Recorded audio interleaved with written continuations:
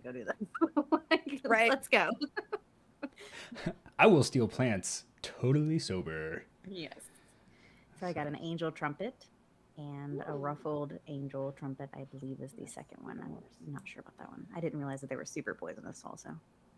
Oh, lovely. Well, typically I've found anything named after angels or heaven is called that because it will send you there.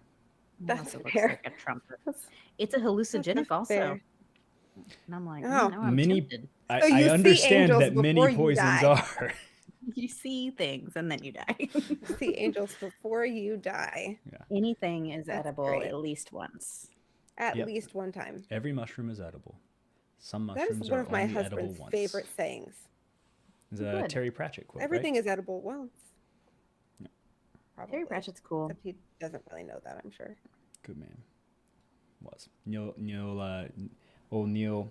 I can never get his last name right. Gaiman. Mm-hmm. Gaiman. Gaiman. But I thought he said Gaiman. Good Omens. They wrote Good Omens together. Mm-hmm. Oh, anyway. Yeah. I love him. He's such a Same. good fella. You know what I like about Neil, old Neil there? Old Neil. It's Neil Gaiman is a perfect example of a man who is so secure in himself, his identity, and everything that he is that he doesn't give two shits what anybody Accurate. says about his perceived masculinity levels. He's just Yes. like, I am me. You can accept it or not. I'm Yeah. gonna go have a cool life. Not very Right. toxic masculinity of him, which brings us to today's Wait, are we already going? episode. Oh yeah, we've been going since Savannah was talking about stealing trees. Oh yay! I'm so glad that's on the internet. Oh yeah, no. Listen, I didn't steal them. you literally said you. I said no, you tactically said Yeah, you said did acquired. say that tactically you. acquired. Well, and then you said you And then stole you- some trees. yeah. You Okay. said the said, word. how stole. drunk You are said you? stole trees. I literally walked away. Sorry, I did not realize we were. That's okay. This is live and unscripted and just a whole mess. So it's totally fine whole to mess. just walk away because you didn't I know am that a I whole had mess. made us live already. Oops. Yeah. I do it for the Alright. authenticity, all right? The candid appeal, right? People like real people, which we are not 3 times out of the month, apparently. That's true. We're scripted people. We are fake people. Robin, though, listen, you're my favorite, but you gotta get closer to your mic. Oh, sorry. I moved it out of the way because I stood up. Mhm. Is that better? Yeah. What? Listen, you raise your hands like No. this isn't a perennial issue. No, and it is. And so the problem is, like, with my mic right here, I'm spiking. This Mhm. is super high, super hot. So I've been keeping it further back so that it's not red zoning on me all the Yeah. time. What's your gain look like on the back? All the way down last I checked. And then in Audacity, the little microphone symbol, you should move that down a scotch or two. Okay. We're And done. then, because there's the actual gain on the mic, and then there's Audacity's gain, which will sneak up and bitch slap you, Okay, hold on. I see as it. it does for me. Oh, okay. I see it. Yeah. Thanks, All Audacity. right. What do you yours? Well, I keep mine between like 90 and 92. This is the content people pay for right here. Okay. But yeah, we need to keep your gain down and the microphone close. Otherwise, you sound super echoey and ethereal, which is pretty cool if we're going for Well, I the don't whole like Middle fucking Earth wanna be elf ethereal. thing. No, I just don't want to spike out the microphone, Yeah. Nah, this especially since I don't have a pop filter yet. So is cool. This is good. Okay, back This in is it. We had such a great things. transition talking about old well, Neil. Neil Gaiman. And then we had microphone problems. Savannah, how's your mic doing? Might as well check while we're here. Check, Yeah. check. Mic. You sound great. Check mic. Incredible. Always do, but thank you. Oh. Oof. The Check, humility. check, baby. I am always in awe of how you maintain such a humble outlook on life Honestly, in the face of your wild successes and just incredible, massive talent. So I got my book proof back today, so I feel actually Oh, like that's super doing. jazz. Yeah. That's Yeah. awesome. I started going through all 83 artists that I have to go get permission from to use their lyrics. Anyway, I might just take that out of the book because that's insanity. do it. Did you ever No, find you out can- if you could go through the publishing house? So I can. So like Sony owns probably about 14 of the artists, and then BMG. That's BMG something. They Good own machine. a group also, a group of them. But some of them I can't find their publishers. Some of them I can only reach out to them through Twitter, and I'm like, oh great, please let me use your shit. Like I don't know, it's Yeah. a logistical nightmare, and I have like a whole entire. I have called people, I have spoken to lawyers, I have emailed, I have left voicemails, and let me tell you, New York straight up does not return phone calls. So Well, that's accurate. and my thing is, I'm like, if I have put in due diligence and left voicemails and they sue me, I'm be like, I don't know, man.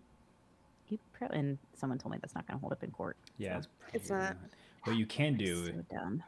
change like one word in it so it's a legally distinct quote that approximates a well-known lyric. That is You definitely... can just like sum it up. Yeah. You sum up the Allow lyric, me- use different words. Allow me to sum up paint it black. I see many shades of various objects and want to paint it black. The end. Well, the thing is, though, is I want these people to know that the artist, like, I want to credit these people, you know, Yeah. and I can't. Yeah. I'm gonna. That's what you should do. Yeah. That's where you put in, this is where I would put the lyrics to if they would ever Right. reach out and get back to me.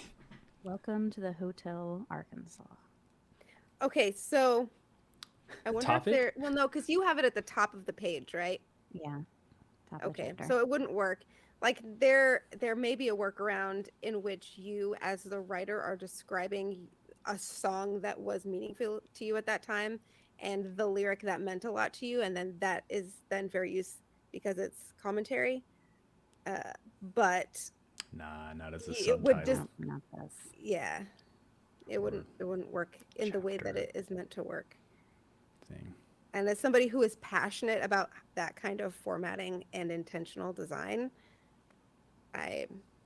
yeah. Well, here's the thing. Like, let me just roll the dice, right? And if I get sued, I get sued. It is up to the creator to enforce the copyright, not the government. So That if is true. they never see your work, Well, I don't want that The either. only hang up, Right? though, is like what CYA measures does your publisher take on the yeah, back Um, end?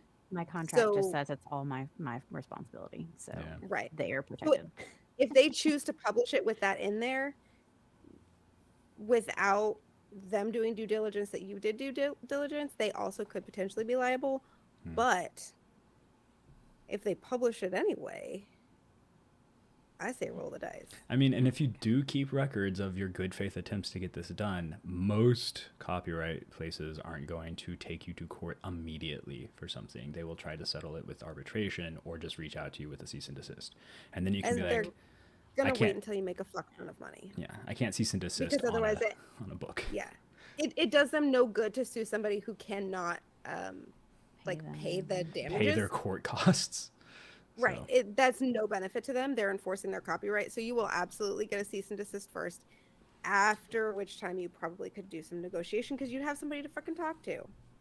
So Slash's people, for goodness, Guns and Roses, they were straight up like, well, he would need a print license. Like, you need to sign a print license. And I'm like, okay, well, how much is that? Like, is it, $250 one time use? And he's like, oh no, it's a percentage of the profits every single time. And I'm like, oh, I might not be using that then. Like, Guns N' Roses might be out, because I'm like, yeah, that's. But I have to see how much they're gonna. I'm hoping that Slash reads it and is like, I don't care.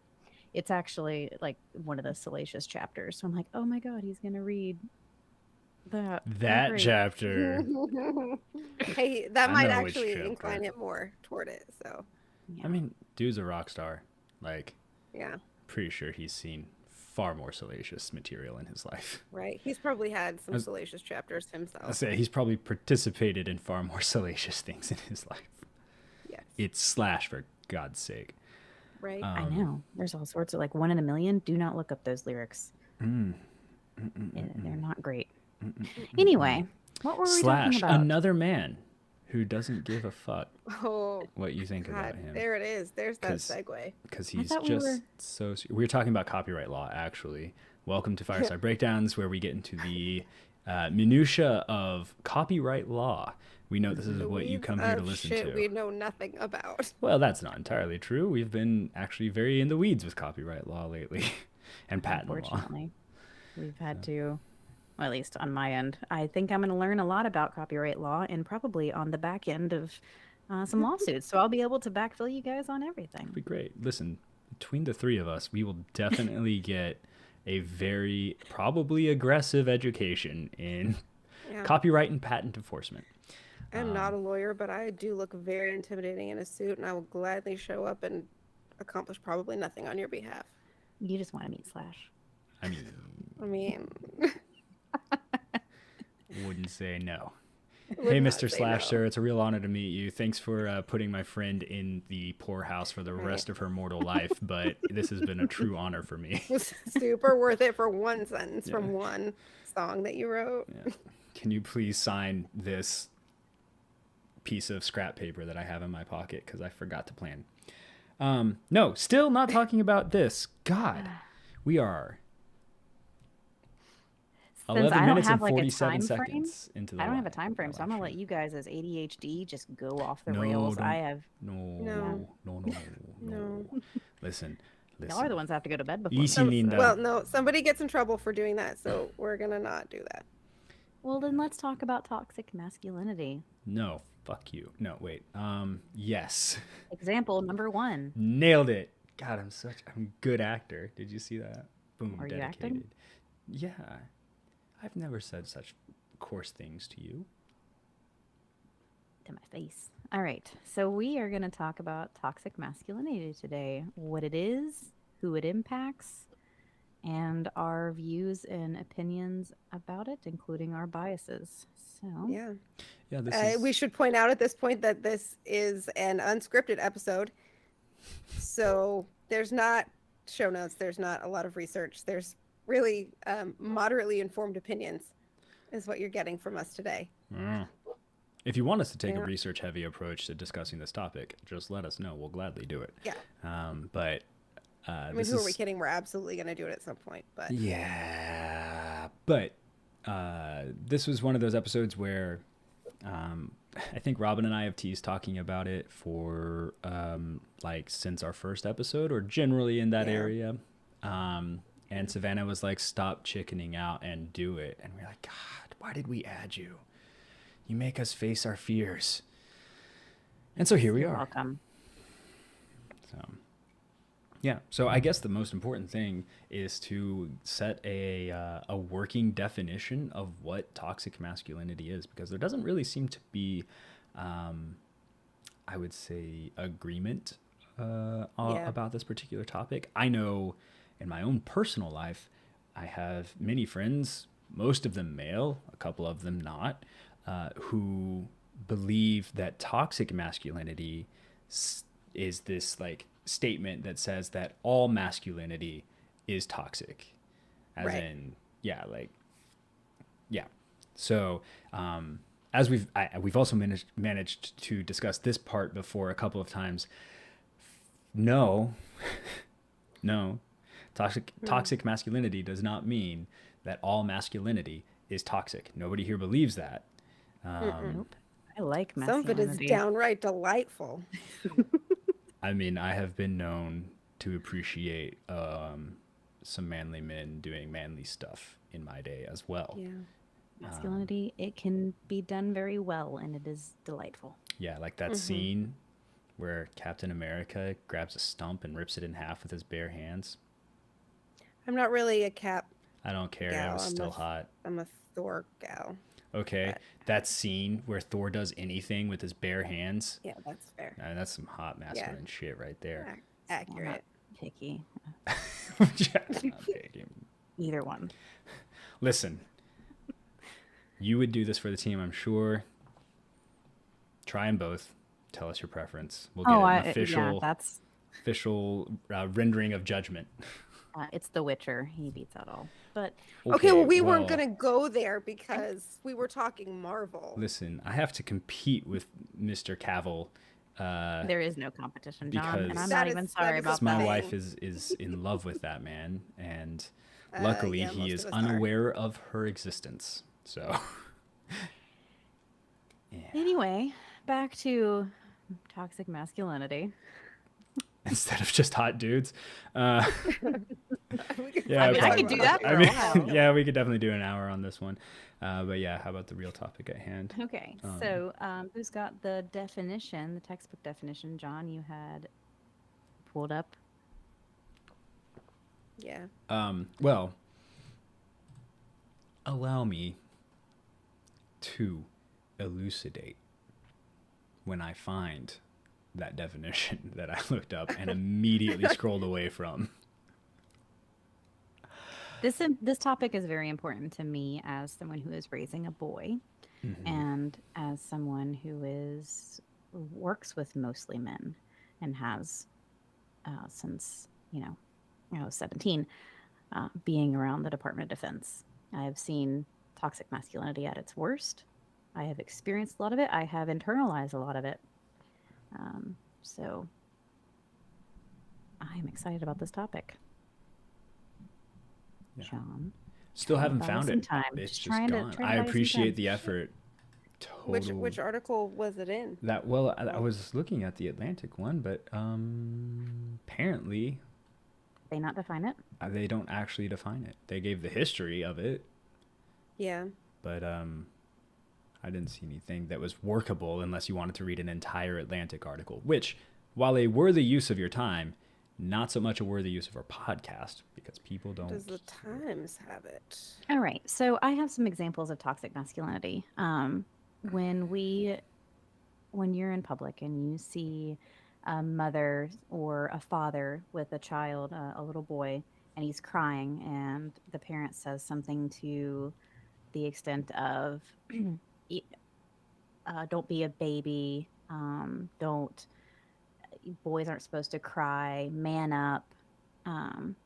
Like pretty much tamping down the idea that men and boys are allowed to have emotions, is a prime example of toxic masculinity. The idea that men are not allowed to express any emotion besides anger, because only anger is masculine. That is toxic masculinity in my mind, from what I have seen through world osmosis. Yeah. So that's an example. Do you have one, Robin?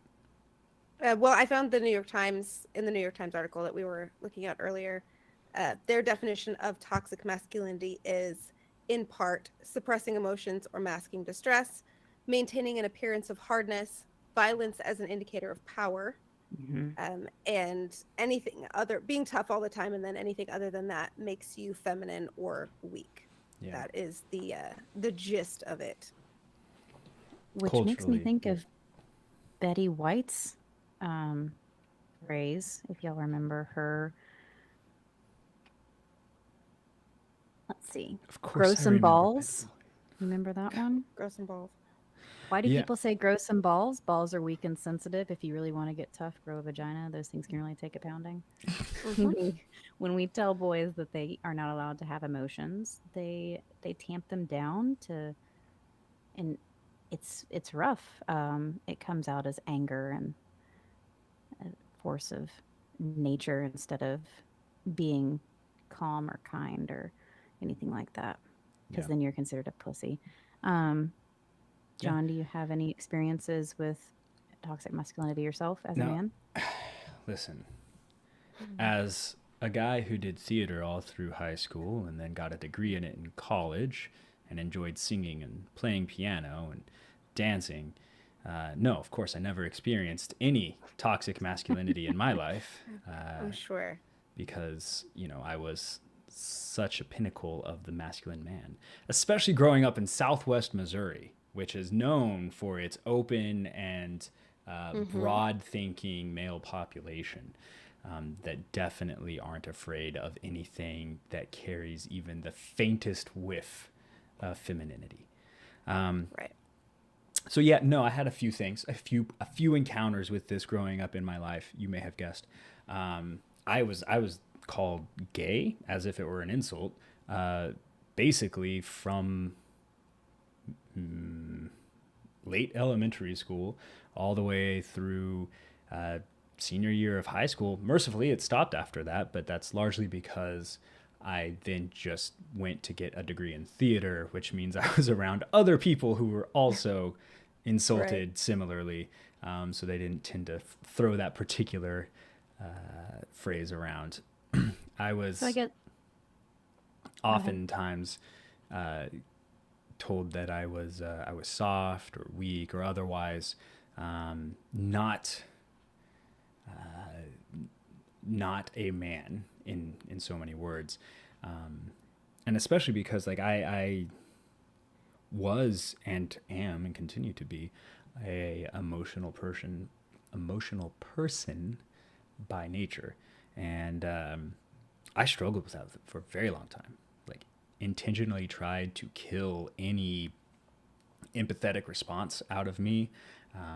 Never like I would never let myself cry. I would never let myself feel an emotion that would allow me to cry, which sounds crazy, but this is sort of a reinforced behavior in men, and it's brought on by other men. That sort of peer pressure, and you get to a point where you can feel the trigger bringing on this emotion that's not anger, and therefore it is not acceptable, or outright joy, but not too happy. You can't be too happy because that's also feminine. You can laugh Right. in a manly fashion.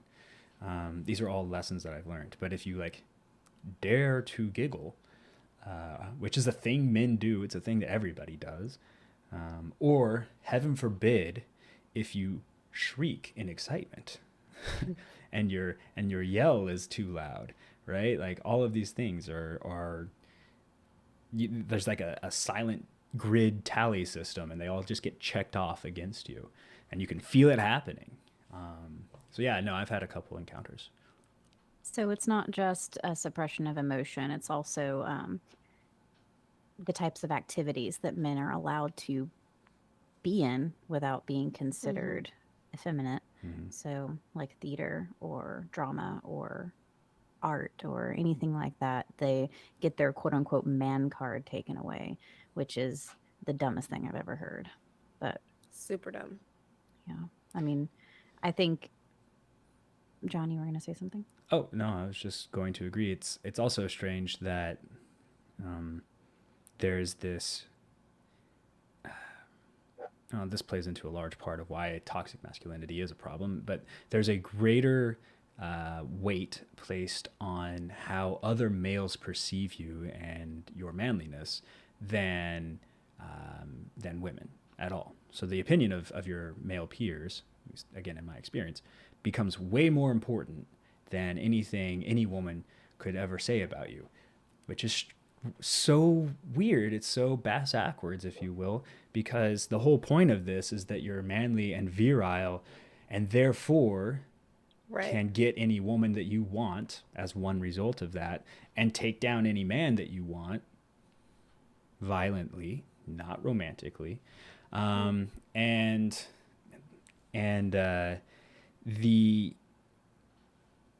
the pay or the trade-off is that like you're only doing this as a performance for other men. And I can think of nothing more I can think of nothing less manly, I think, in my estimation, less secure. It's not even manly, but less like Secure confident sense of self, yeah. than judging yourself based on the opinions of other dudes or Yeah. other people in general. And that's just the weird hypocrisy of this whole thing, is like you live your whole life so insecure about who you are that you don't even realize how weak of a stance that is. You're just living in fear of other people and what they might think of things that bring you joy and happiness. Like, Well, I think something that I've noticed probably in the past 10 years is the wave of uh, modern stoicism that's been adapted by many of the Instagram heavy Mm-hmm. bullshit people, where it's that idea of like, don't allow your emotions to overcome you. Stand in the river and let everything wash past you. Do not be affected by anything. I don't know if y'all have like studied um, the A little bit. the Yeah. modern stoicism. I'm like, yeah, don't get swept up, and then I get swept up at least like once a day. So, Oh, what? as somebody who like tends more naturally, not I shouldn't say naturally, as someone who tends toward the more stoic side as a result of many of my early experiences, I can both see the benefits and the negatives of that whole modern stoic movement. I think that there are a lot of people who come from situations that are vastly different to where I came from that could benefit from being a little more stoic, because their lives are ruled by their emotions, and there's no critical thinking about how I'm feeling in this moment. It is all how I'm feeling in this moment. But I think that when we are raising children, we have to train them to the idea that there is a wide range of emotions that they will experience and that they have to Yes, learn how to interact with those. yes. Anger is not bad. That is something I try to tell my child. Anger is not bad. Sadness is not bad. Crying is not bad. But Mm-hmm. it's what we do with these emotions that matter. Right. And so um, I have seen a lot of boys, and as they turn into teenagers and later fathers themselves, they do not have that interaction with their emotions. They are completely shut off from these other things. They don't know how to speak to them. They don't know how that, because it's just to them, anger is bad and therefore it is attractive because that's where all the power lies. Mm-hmm. Um, and sadness is bad. So we don't do that. We only show anger. Um, yeah. So, but I've noticed with the modern stoicism, I have experienced more negative toxic masculinity come from that because there were just men that would use that as an excuse for not engaging any of their so-called negative emotions. and that's a frustration I've had with this idea of the stoic male. Anyway, like even even people who aren't modern stoics, they just claim to be stoic in general. They don't know what stoicism is. No. Mm-hmm. They project what they think it is onto it, and then Right. try to emulate an incredibly harmful uh, mentality and coping process. And like stoicism at its core isn't about not feeling. It's not about not showing your emotions. It's about Mm-mm. not letting your emotions dominate your actions and your Yep. behavior. Yeah. But you still, like, an important point of it is that you still feel it. Yes. You allow yourself to feel it and then you move on. It's about healthy processing of those emotions and not holding on to them. And Mm-hmm. that's where there's this huge divergence in this sort of manly mentality, quote unquote, is that you don't even process your emotions. You block them and you Mm-hmm. suppress them and you move on with your life. But at the same time, you've never dealt with those things. And so they're Right. always weighing you down in one way or another. Marcus Aurelius, who is like the father of Stoicism, would speak about the emotions that he had, the overwhelming sadness that he had with certain things. And so, like, he was very in touch with his negative emotions, but he wouldn't, yeah, be overcome by them. And I think there's a good balance, but somehow along the way in our society, it's gotten convoluted and put upon by modern society with this suppress everything but I think anger. it's a part of that effort that we have to dichotomize things, right? Men feel none of the feelings, women feel all of the feelings. And if you're a woman who doesn't feel all of the feelings, then you are not fully in touch with your femininity. And if you're a man that feels any of your feelings, you're not masculine enough. Yes, there's the idea of masculine and feminine energies. I just started in the past couple of years getting more into and knowledgeable about, and the idea that we all have a little bit of masculine and feminine in each of us, and energies are not binary at all. We all Yeah. experience a little bit of male, a little bit of female, and there is great power that comes from both. There's power of embracing your own emotions, and there's power and assertiveness and strength. And anyway, so, um, and it seems like we have lost that as a culture, the idea that we can meld together energies from masculine and feminine. Um, Mm-hmm. and that's not even bringing in non-binary or people who feel neither. So Yeah. Well, and that problem, that false dichotomy, quite literally, that's part of the overall issues with toxic masculinity is that that false dichotomy is what informs the sort of inherent sexism we see in a lot of these groups who want to be masculine and want to exhibit Mm-hmm. that. Because if you are mentally upholding masculinity as the end goal, then that is what is desirable, and femininity therefore is undesirable. And the natural extension of those thoughts, as you touched on, is that masculinity is good and femininity is bad. The problem is it doesn't stop with the self. It gets projected across the entire human race, and not only is femininity bad, but women are therefore weak and incapable. And anytime they attempt something, they deserve to be mocked when they fail. And anytime they succeed at something, it is in spite of their femininity and not Right. because of it. But it had also better not be too in spite of their femininity. It had better not cross over into masculinity, because then you also have to take down any woman who achieves something that would consider like otherwise be considered masculine, right? Well, Well, we saw this again. I don't like to keep talking about you look like a man and women in strength sports. What we saw, there was a perfect example of this. There was a woman who exhibited characteristics that society likes to call masculine in her strength and in the shape of her actual body and her genetics. And she accomplished amazing things, but those were too masculine, right? You had a whole community of men in that space who were like, nope, you're too much like a dude.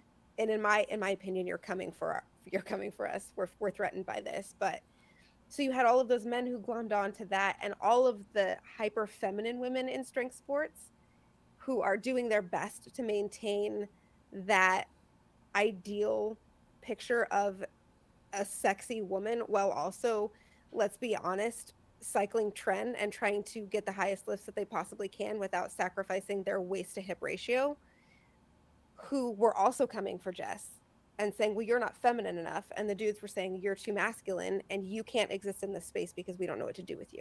You don't fit into our dichotomy. I was going to speak about my experience in the most misogynistic group probably in the world, the United States military, and the idea that, how dare I say that? gasp.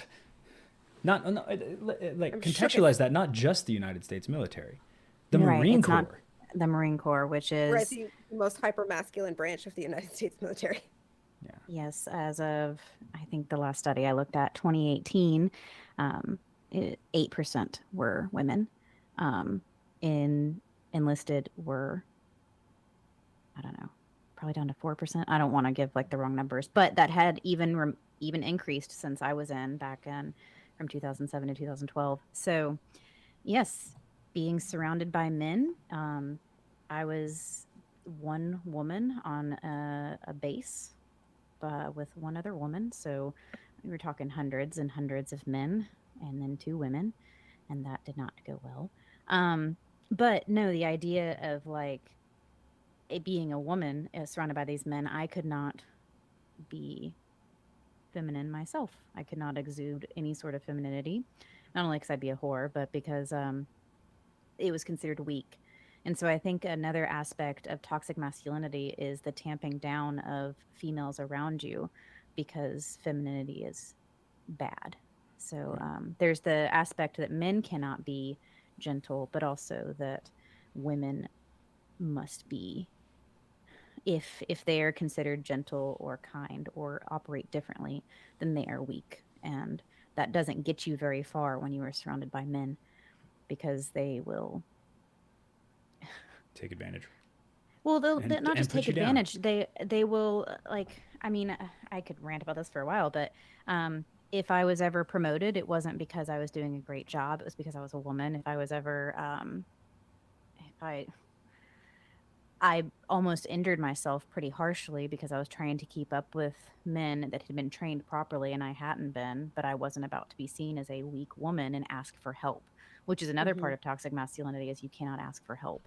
Right. Men are not supposed to ask for help. So I spent 5 years trying to act like a man and then spent probably about 4 years after the Marine Corps to try to stop acting like a man and um, stop uh, stop internalizing all the toxic masculinity of like before if a guy cried I would immediately be turned off, like this is weird, like why are you acting weak, like that would be my immediate response. That has since changed and now men who are incapable of crying freak me out and I think that there's like I can't trust them that way. But yeah, so I spent like years trying to untangle myself from the misogynistic views that I had internalized about men and what I thought masculinity was, because masculinity to me was anger and hate and cruelty and all of the bad things. And I was trying to exude as much masculinity as I could. So I became a lot of that.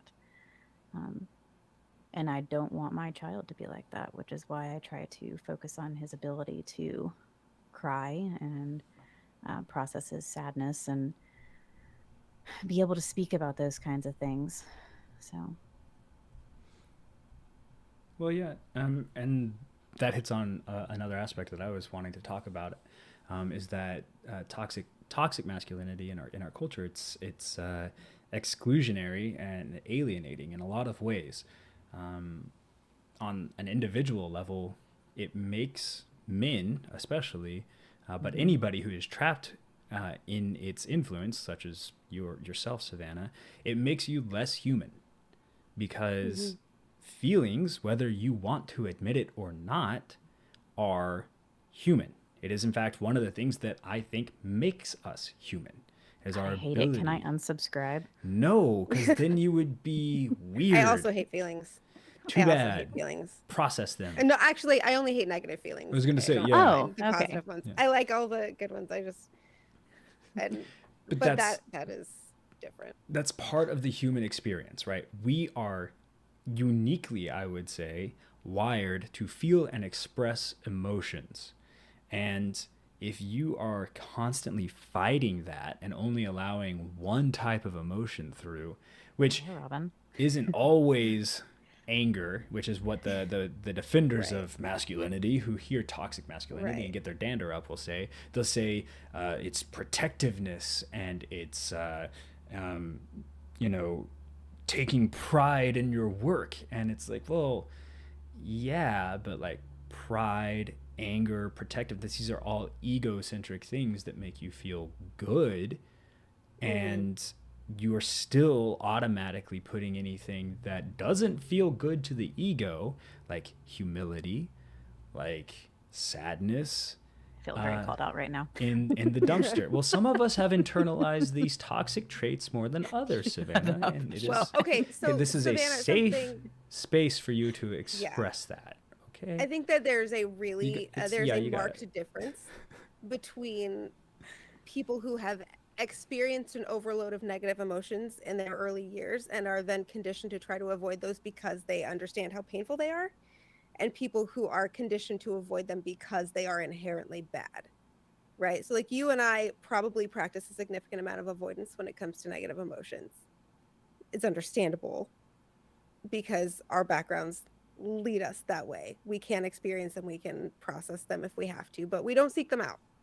Right? We had a conversation the other night at dinner. I don't watch movies that make me cry. I don't do it because life is sad enough. I don't need to cry over something that is fake. Yeah, I want to laugh. The movie I can just is look at my own fake, life. but the emotions are real, Robin. No, the emotions are real, and I like part of the reason that I don't engage with that stuff is because they are real. Because if they make me cry, they've hit on something that is hurtful and painful to me that I really don't want to spend time reflecting on from my past. So there's a difference between that and then raising your children to believe that negative emotions or that certain kinds of emotions are inherently bad or inherently not for them, the way that people raise their sons and also their daughters, but we're talking about masculinity here. They raise their sons to believe that anything soft is bad, and that's a big difference. I wonder if it is. I mean, y'all grew up in the Midwest, so I wonder if y'all's experience with seeing your classmates and how they handled things is different than mine in the South, and like seeing, yeah, men, no boys ever allowed to cry. Never, I didn't see a man cry. Oh my God, I years, like maybe in my 20s was when I first saw a man cry. And like I said, it made me very uncomfortable. I didn't know how to handle it. So men crying is not a thing that I was ever exposed to. So I don't know. Did y'all see anything like that growing up? Yeah, Yeah. Robin. So Robin and I have this joke that we're not from the Midwest, really. We're from the Mid-South, which is like we're Springfield, Missouri is pretty far south when it culturally. Like I know what biscuits and gravy are. Okay, I'm just saying. Like, and I know what I'm good sorry, I will noodles are. That was never. a shocking discovery for me, by the way, That because I people did up grow up here. in the Midwest. Mm. I Yeah. guess Minnesota, I think, is technically considered Midwest. Yeah, it is. Um, That's what I was actually going to bring that up. It's like our experiences may Yeah. have been different because you were more true Midwest than I Sorry. was. I didn't mean to jump ahead. No, it's fine. It's a conversation. I will never claim Missouri as part of the South. Let's just. It is Well, that right technically now. considered Mid-South. We are not considered Midwestern. But I mean, it is what it is. y- Iowa's Midwestern. the map is like Iowa. really weird, and like sometimes we could get Missouri into a is geography full argument, south, but no like, one ever lists Missouri when they're talking about Southern state.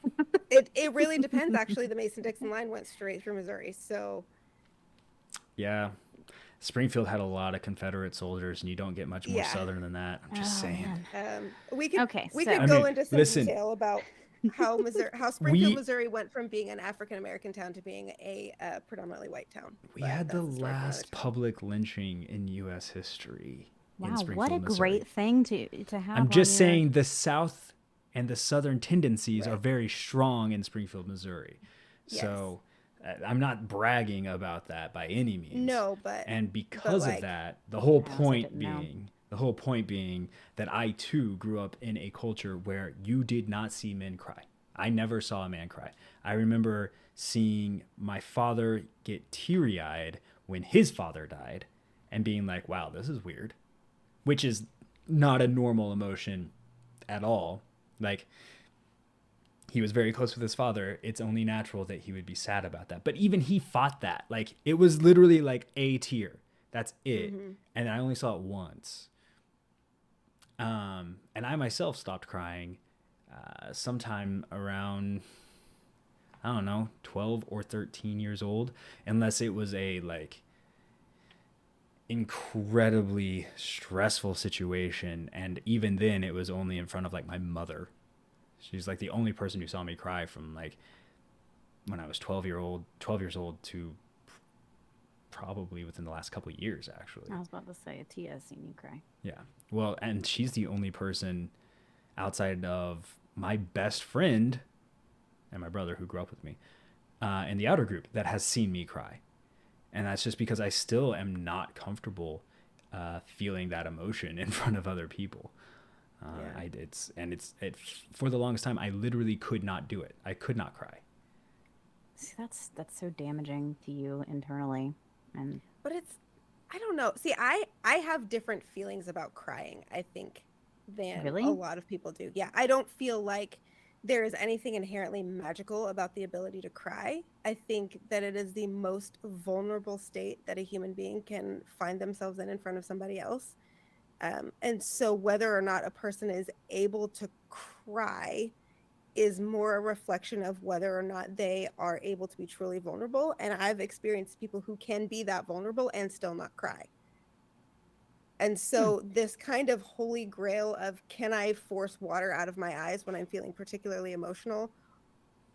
Like, it feels like a really arbitrary marker to me, other than, can I be genuinely and wholly vulnerable with another person, whether or not tears come out of my eyes, whether or not my voice cracks.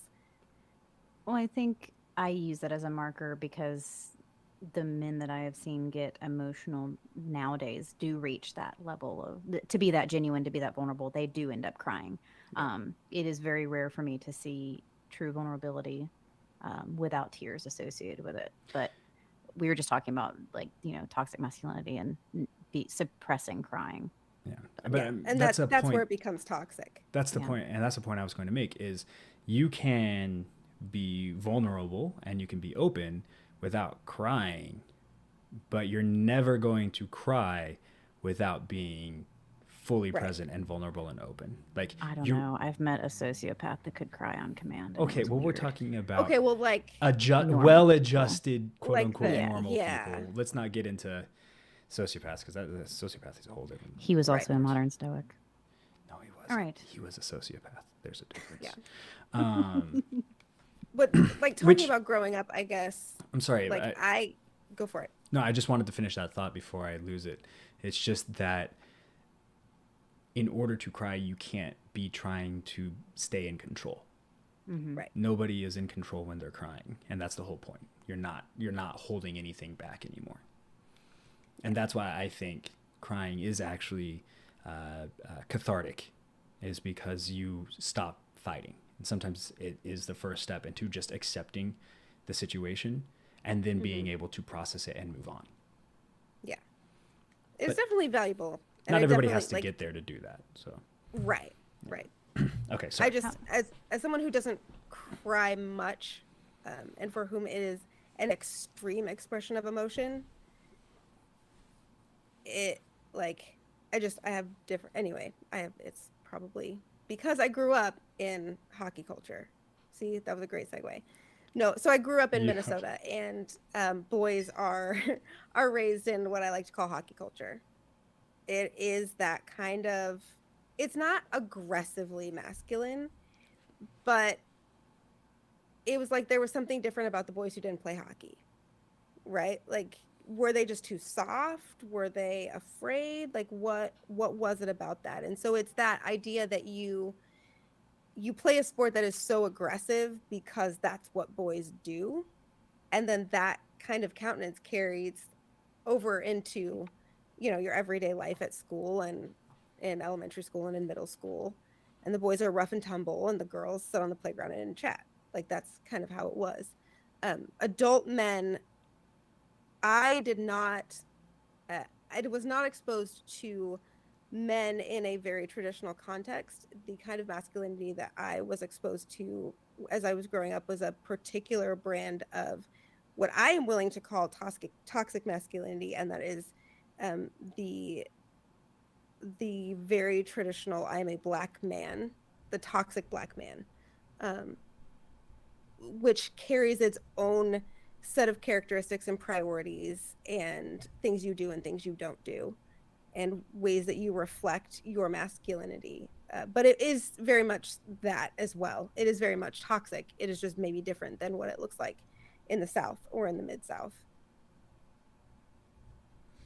or in white cultures, or however. It seems like layered hardship for black men.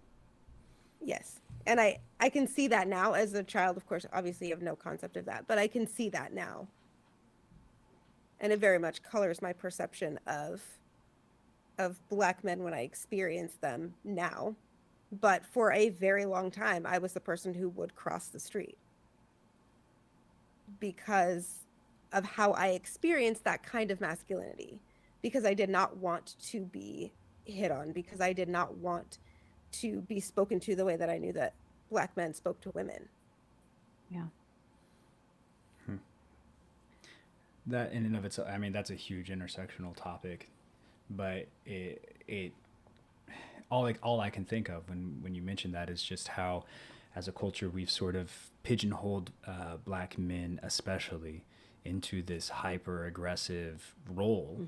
That all Black men are inherently aggressive, all Black men are inherently criminal, and as something that I've had to deal with growing up is that sort of instant presumption that a Black person is more dangerous than a white person in similar scenarios, because it's very much part of, again, the culture I grew up in, but also that sort of that myth, and it is it's a myth, it's racism, Yes.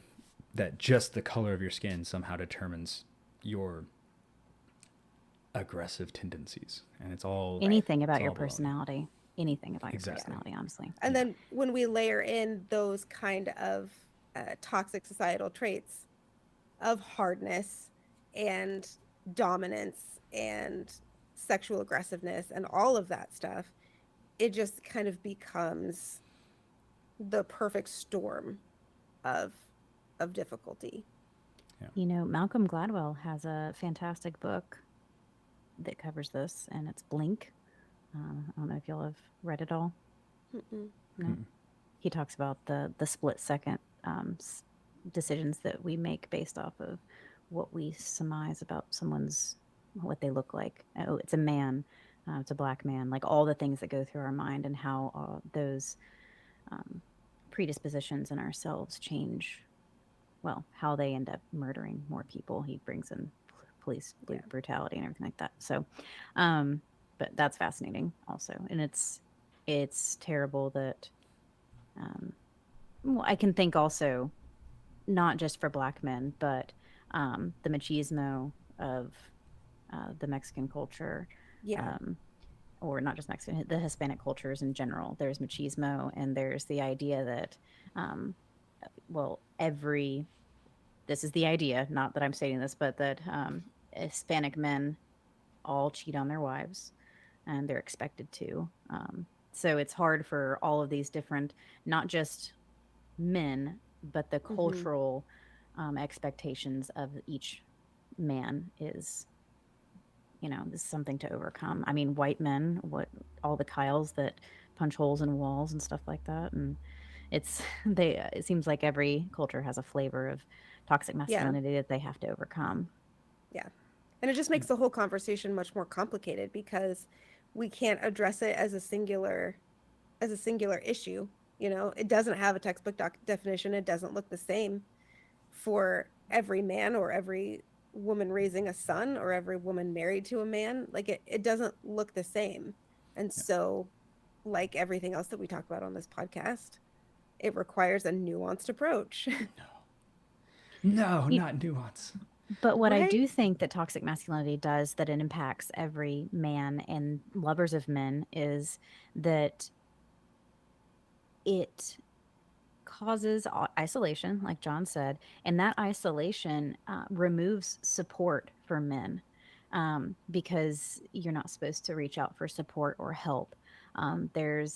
It's considered weak. So men are missing like the ability to be vulnerable with other men. So they don't have a way to communicate tough conversations with other men, because that's considered weak. So you have all these men who are isolated with their own emotions, told that their own emotions, are not good to feel. And so what does that leave you? It leaves suicides to go through the roof. It causes depression among men. It causes alcoholism to run rampant because men aren't getting human connections because it's considered weak. And that is, I think, an epidemic that that is rampant among men right now. It is. And It's one of the weird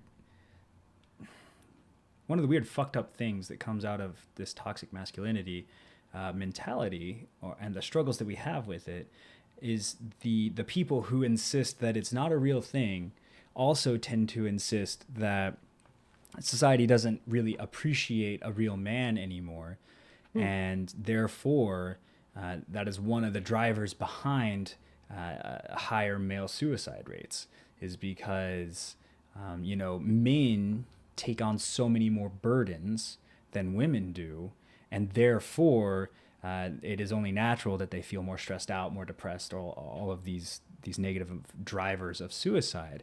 And trying to bridge the gap between, yes, male suicides are high, and but it's a self-inflicted problem, causes a lot of consternation. I mean, it straight up pisses people off when I float that idea that this is a self-inflicted wound, and it's hard to convince people that alienation, that lack of being able to connect to another male, that lack of having deep connections and having emotional moments with another man, and not instantly being judged as being gay or weak or feminine or whatever negative, not saying gay is negative, but in the context of this toxic masculinity environment, negative modifier that you want to apply to a human being just for having emotions is killing men. And it is because there is this perverse obsession with being masculine while not understanding that you must also be human, and it's not one or the other. I'm sorry. No, it's fine. It was, you got me. It's probably good because I would have gone off for a moment.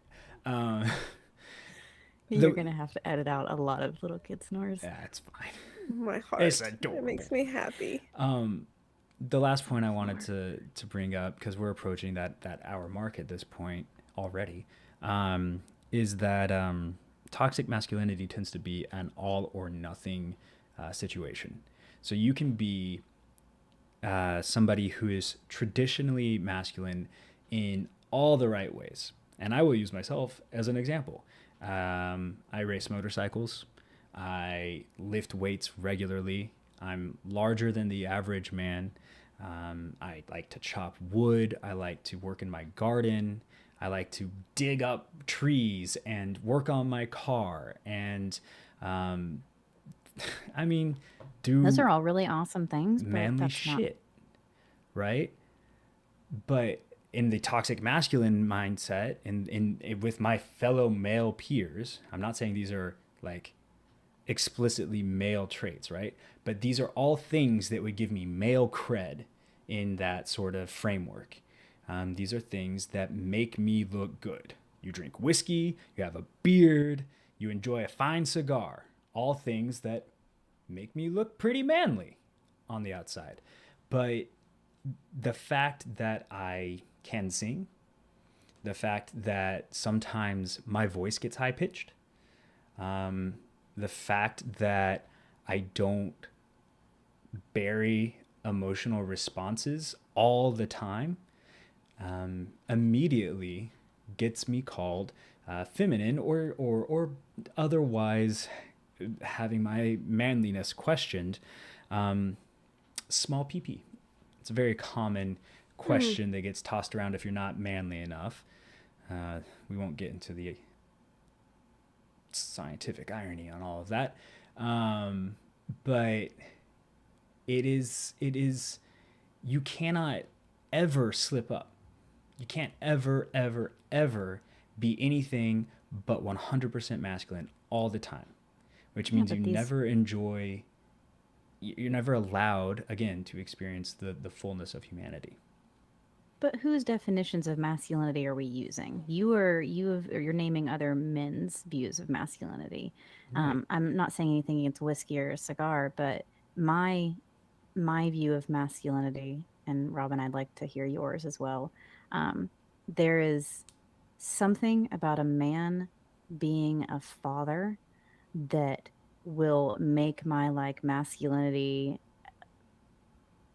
radar shoot through the roof. Something about not just father, but more of like the molding and kindness of interacting with small children or those who are weaker than him or those who are less than him. If he can um, interact with them well, I feel like that to me is a huge trait of masculinity. Like is the reaching out to people who are less or weaker, or because men are strength. That is that to me, that is what I see is not like physical strength, but just strength. Not saying that they can't cry, but strength is what men exude, and that strength also means being able to help out those that are less strong. And when I see men with children, it is just like there's this statue in the Louvre of this giant Greek man, and he's holding a baby, and it's just like the best view of masculinity to me. It's not his muscles that are carved in marble. It's not any of that. It's just how he's looking at this child. And so that is to me strength and protecting others kindly. That is masculinity to me. So, not cigar and whiskey. What about you, Revan? I mean, I do love whiskey and I love the smell of cigars. Um, but that has less to do with associating them, I think, with men. Um, I'm a big fan of BDE, but not in the toxic sense. I feel like the most masculine or most feminine thing that a person can do is be fully confident in who they are. Mm-hmm. Come into a space unapologetic for who you are and the things about you that you love. And if that means you chop wood and also cry at commercials, fuck yes, that's hot. It is. Like it being fully yourself and embodying everything about you, I think is the most masculine thing that you can do. Um, because like it's easy to, for those of us who fall more in that heterosexual line, it's easy to associate masculinity with attractiveness, like what am I attracted to. um, but I think it is that confidence and it's that assertiveness without having to be aggressive, and it's being willing to take up your own space without having to take up somebody else's space, It's a good one. without having to take away from other people to fully occupy the space that you're in. That feels the most masculine to me. And I don't care whether that's behind a piano singing jazz music or chopping down wood. I mean, I compete in a sport where I routinely find myself next to men who are almost 7 feet tall and weigh 400 pounds. And they are no more masculine than a man that's competing in the lightweight category who's 5'10". Mm-hmm. And and like it's just, it has nothing to do with those kind of arbitrary characteristics, and it has everything to do with how fully you are confident in yourself. Soul expression. I Yeah. think that, yeah. I personally agree with both of you. I find both of those to be much more reliable measures of manliness. Uh, Being nurturing, being confident, being present in the moment without worrying about other people. As I said earlier, I could think of nothing less confident than caring about what other people think about you when you're doing something you enjoy. But my point was that it doesn't, and I hate to sound as rude and sexist as this is going to sound, but understand that I Oh, am I can't speaking wait. from the framework of the toxic masculinity environment that people, men, myself, exist in, is that your opinion doesn't matter. Hmm. You're women. And if I am operating in that toxic masculinity environment, I don't give a shit. Yeah. Then I be care alone. about what And other dudes think. that's Because Well, no, and that's the only people who can make me feel like I am a man, hmm the only approval that I need as a man is hmm another man's. yeah. And a woman's Ooh. approval and what a woman finds attractive does not matter for getting me out of the patterns of behavior that are exemplified by toxic masculinity. That is what I'm saying. I Yeah. agree with both of you. I Mhm. wish we lived in a world where that were the case, but no man is who is trapped in that mentality is going to prioritize what a woman finds attractive, what a woman finds masculine, excuse me, don't mean to substitute one for the other, for what his male peers tell him is Right. masculine.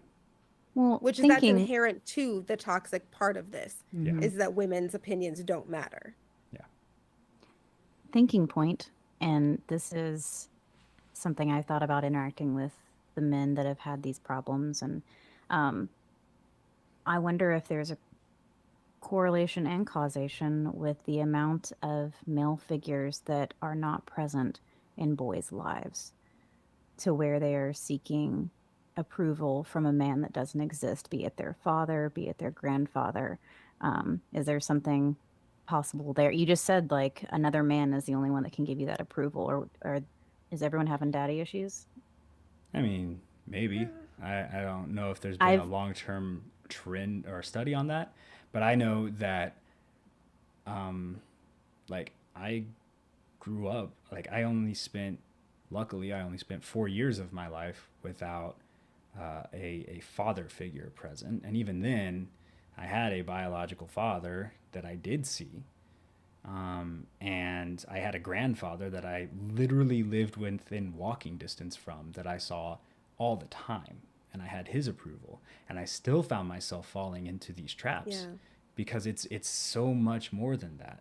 Like I'm it's thinking about people who are not able to break out of it. Like you are clearly not.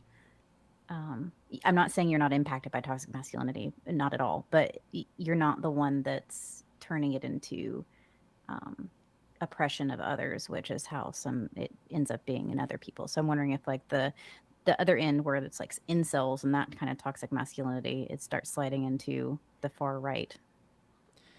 maybe I don't, it's just it was just a thinking point of like there seems to be a connection there from my conversations with people that has not been studied whatsoever. yeah, But I mean there's it's It is, certainly worth looking into, yeah. I but have to say, like, in my experience, I feel like I've seen equal amounts in men who grew up with stable father figures in conservative traditional households and men who grew up without father figures. I think a lot of it, at least in my perception, has to do with that inherent dichotomization between what is male and what is female, what is masculine and what is feminine, and the two needing to run as far from each other as possible. yeah. And we just end up in this downward spiral. And and just a point on that, there will never be any amount of approval that a man will receive that will break him out of those toxic mindsets. No. He could literally win the award for manliness, voted on by every man in the world, unanimously, and he would still, if he were subject to those toxic traits, exhibit those toxic traits because he would still be concerned about the perception of his peers and the pressure that that puts on him. Mm-hmm. I did not get the approval of a particular male figure and suddenly go, oh, thank God, I don't give a shit what other guys think about me anymore. Whew. Like it's a daily struggle still to this day as somebody who is aware of how this has impacted my life and how damaging it was. It's a daily struggle for me to go, no, that's not a healthy mentality. That knee-jerk reaction isn't good, and you need to not do that. You need to not play into that. And I fail constantly. I'm not going to pretend like I'm perfect. I didn't wear a jacket the other day because I was worried what other people would think about it because it was a little brighter than my usual choice of jackets. It was a khaki color? raincoat. And I was still just like, that's a little much, John. Why don't you calm the fuck down? Right? So like it's a I'm gonna wear it the next time it rains too because I was Do it. looking forward to it for so long and then chickened out. Do Pictures it. where it didn't happen. Oh, there will be pictures. Um, but yeah, I think a lot of it also boils down to that toxic masculinity is modeled for us in almost every aspect of our life. Like moving, like from the moment that we are aware of how society works, it is something that we see all the time. And this is an example I see brought up as like how society is projecting unrealistic expectations upon men, and then that's a source for toxic masculinity. And it's usually brought up as a dichotomy towards these conversations about the unrealistic expectations we have for women and young girls in society, especially with regards to like Instagram or airbrushing models or something like that. People will be like, you know, Barbie presents unrealistic expectations for men, or the way women are drawn in comics presents unrealistic expectations for women. Excuse me, I said men earlier. For women, right? If this is objectification of women, which is a whole other tangentially related topic, you know, what about He-Man, right? And it'll show a picture of He-Man or Batman or Superman or all of these like stacked and jacked male figures, as if these are somehow equivalent. And there's no consideration for the fact that He-Man and Batman and Superman and all of these superhero figures are all drawn by men for men. Yeah. Women aren't objectifying men by making those objects. Men are. Yeah. It's just it's everywhere. It's everywhere. But yeah, we are running up against that wall. Definitely running a little long now. So that's We chattered for a few minutes beforehand. I think we're all right. 10 minutes. We're still running over by about 10 minutes. So yeah. So that's obviously we could go on about this for hours, and maybe it'll be the topic for a group meeting we have with all of our patrons. Yes. Yes. And speaking of, if you want to be a patron of the Fireside Breakdown podcast, please check us out at Fireside Breakdowns. I was like, who are you pointing at? either one. I don't know. I don't know the social. It's very difficult. Firesidebreakdowns.com. Yeah. We did get that. We did get that domain. Well, I don't know if the Patreon is located there or if it's the link to the There's Patreon. a That is- button right up in the corner of our There you website. go. that says Excellent question. Support us. That's right there. Yep. You can Yep. find the support us button, and it takes us right to our takes you right to our Patreon. You can also find all of our social media links, all of our episodes with show notes. Reminder, there will be very sparse show notes for this particular episode since we're all just talking out of our butts. Yeah. And yeah, I think we have good news for this one, even if those looks of panic communicate to me otherwise. I mean, I have some good news, but I have some good news. Are we doing all personal good news? No, this Oh. isn't personal good Oh, news. no, It's mine's just like not good personal. news. Good news. I wonder Okay, what your go good ahead. news is. Well, my good Should we news double is good news it? we could. It's our show. We can do whatever we want. All right. I mean, my good news is that the proceedings for the nomination of Judge Ketanji Brown Jackson are proceeding apace. It looks very good for her nomination. I've been watching them off and on as I can at work, and she is the very image of professionalism and she's fantastic. collected responses, especially in the face of incredibly misleading and intentionally, let's say, falsified, attacks on her by none other than our favorite senator from Missouri, Josh Hawley. It's the fucking world. May the sun never I shine actually on watched that his clip garden. right before we recorded. Definitely much advantage was taken today of the fact that she will get to do all of her responding tomorrow. The senators were setting up some great news clips today, and I saw quite a few of them circulating. But she is like you said, the pinnacle of professionalism, and I'm so excited to hear her responses and to hear her get to express herself a little bit more. No. That's all the good news I have. I'm just very excited for her. I'm very excited. Mine is kind of tangential, because I noticed that Judge Jackson had her hair styled in dreadlocks, today at her confirmation hearing. And so my good news is that the Crown Act on a federal level has passed through the House. If you don't know what that is a piece of legislation that would protect um, people's rights to wear their natural hair in the workplace. Is that Um, not a thing still? yeah, Oh, no. so I was looking at some comments under the articles talking about it passing the House yesterday, and they were many of them centered around the fact that they can't believe we're wasting tax dollars on a thing that cannot possibly be an actual issue. And of course, looking at all of their profile pictures, none of their hair would be called into question as unprofessional or unclean or unkempt or not just- fitting the standard. Whereas a hairstyle like mine or Judge Jackson's can, in many places, actually get you sent home, dress coded, and fired if you refuse to change it. So, I'm just in awe that that is even a thing still. yes, it is a thing Oh, yeah. still. We talked about it, I think, last year. A high school Yeah. wrestler got his hair cut Yes. off. I Yes. was thinking in the workplace. I do remember that. Yeah. Yeah. And I'm not sure of the complete scope of this legislation, whether or not it would extend to schools or outside of the workplace, but that is really, really good news for those of us who make certain choices with our hair.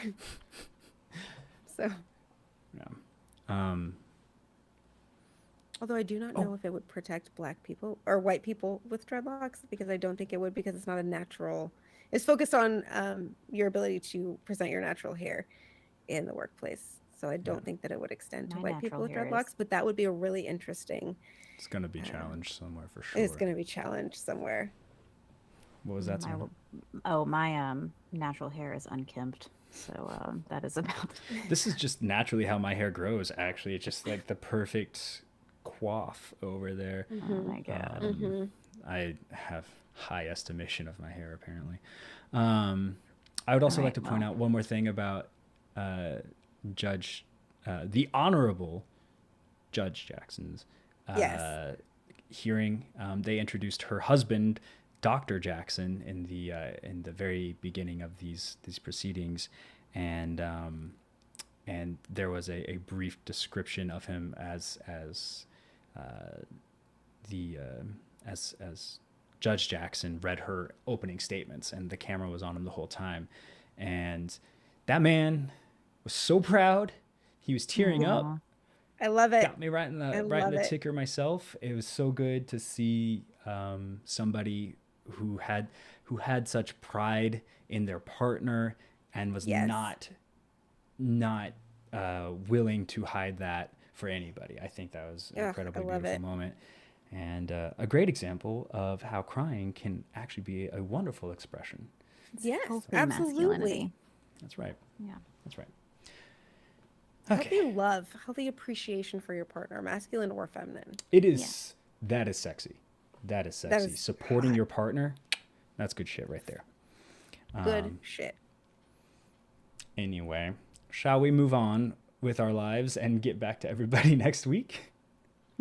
Any final thoughts, Savannah? No. All right. Well, I done broke my pencil. Until next week, thank you all so much for listening to us, for bearing with us as our various rabbit trails led us a bit astray at the top there. We look very much forward to speaking with you again in 1 week. And until that time, please take care of each other.